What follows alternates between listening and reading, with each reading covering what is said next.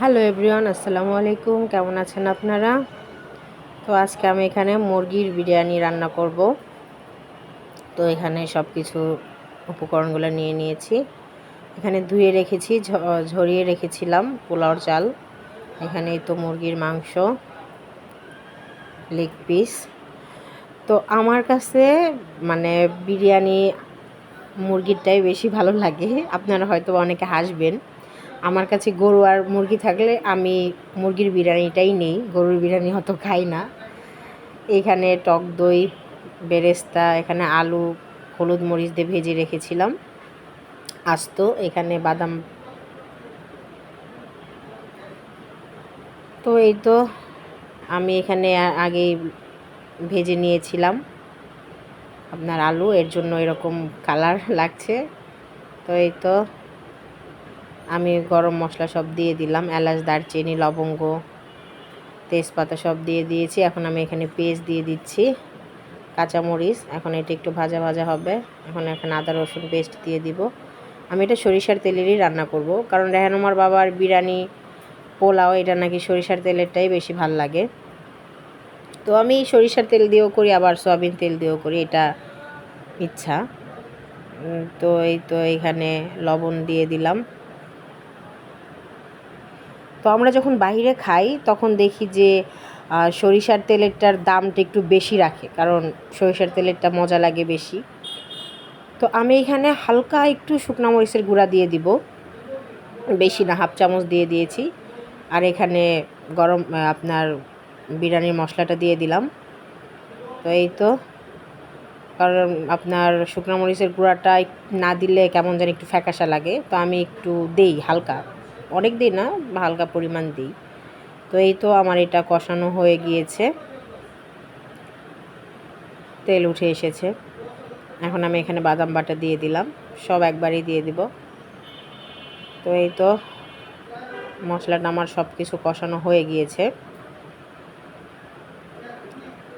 দেখতেই পাচ্ছেন। তো এই পর্যায়ে আমি মাংসগুলো দিয়ে দিচ্ছি।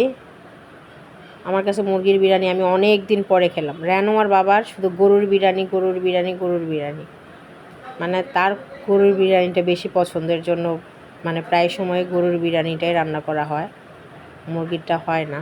তো আজকে বলছি না, আমি আমার পছন্দটাই রান্না করব।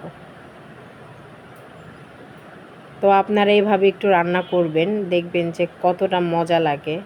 এই বিরিয়ানি রান্না তো ব্যাপার না, আপনারা অনেকেই রান্না পারেন, মানে যারা নতুন নতুন শিখতেছেন তাদের জন্য। এখানে আমি টক দইটা দিয়ে দিলাম।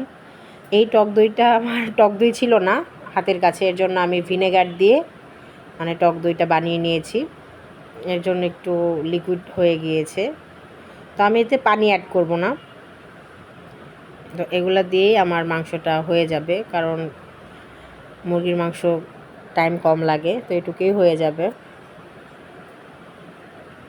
এই তো নাড়াচাড়া করছি।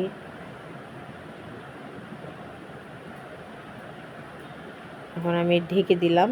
এই যে এ পর্যায়ে আমি এখন আলু দিয়ে দিব, কারণ আলুটা সিদ্ধ হতে তো সময় লাগে। আর আলুগুলো এত সুন্দর হয়ে মানে হয়েছিল, একদম মিহি হয়ে গিয়েছিল, খুবই মজা লেগেছে আলুগুলো, মনে হচ্ছে যে কাচ্চির আলু খাচ্ছি এরকমটা। এই যে এখন আমি একটু সয়া সস দিয়ে দিব। এটা অপশনাল, আপনারা চাইলে দিতেও পারেন, নাও পারেন, কিন্তু ফ্লেভারটা ভালো লাগে এর জন্য আমি দিয়ে দিলাম। আমার মাংস কষানোটা হয়ে গিয়েছে। এ পর্যায়ে আমি ঝরে রাখা চাল দিয়ে দিলাম। এখানে 2টা আস্ত কাঁচামরিচ দিয়ে দিলাম। এখন আমি এটা ভালো করে ভেজে নিচ্ছি, উল্টে পাল্টে মিশিয়ে নিচ্ছি, কারণ এখানে বারবার নাড়তে হচ্ছে।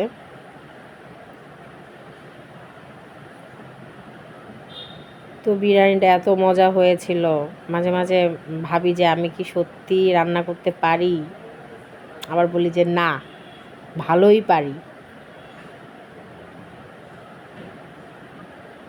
নিজের রান্না নিজে বলতে হয় না, বাট আমার কাছে কেন জানি মনে হয় যে না, আমার বিরিয়ানিটা খুবই মজা হয়। রেহানুমার বাবার তো খুবই ভালো লাগে। তো আমি এখানে পরিমাণ মতো পানি দিয়ে দিলাম। অনেকে আপনারা বলেন যে গরম পানি ছাড়া কি পোলাও বিরিয়ানি রান্না করা যায়। এখানে আমি একটু দুধ দিয়ে দিলাম, লিকুইড দুধ। তো আমি, আপনারা বিশ্বাস করেন, আমি কিন্তু কখনোই গরম পানি দিয়ে মানে পোলাও বা বিরিয়ানি রান্না করি না। যারা আমার কাছের মানুষ আছেন তারা জানেন। এই যে ঘি দিয়ে দিলাম। তো আমি সবসময় ঠান্ডা পানি দিয়েই করি। ঠান্ডা পানি দিয়ে মানে রান্না করার পরেও মানে এত ঝরঝরে আর এত সুন্দর হয়। আমার আম্মু তো আমাকে দিয়ে এখন পোলাও বিরিয়ানি রান্না করায়, বলে তুমি এটা করো, আমি অন্য সব করি, তুমি এটা করো, এরকমটা। আমি কিন্তু ঠান্ডা পানি দিয়েই করি। তো আমার চ্যানেলটা ভালো লাগলে অবশ্যই লাইক, শেয়ার, কমেন্ট, সাবস্ক্রাইব করবেন। এই তো আমার রান্না হয়ে গিয়েছে, আলুগুলো আস্ত আছে, আর খেতে অসাধারণ হয়েছিল। রেহান আমার বাবার তো খুবই ভালো লেগেছে, বলছে গুঁড়ো হলে আরও বেশি মজা লাগতো। তো এই পর্যায়ে আমি বেরেস্তা দিয়ে দিলাম। তো ভিডিওটা আর বেশি বড় করব না, এভাবে আপনারা অবশ্যই একবার ট্রাই করবেন, আমাকে কমেন্টে জানাবেন কার কেমন লাগলো আমার রান্নাটা। Final look. তো সবাই ভালো থাকবেন, আল্লাহ হাফেজ।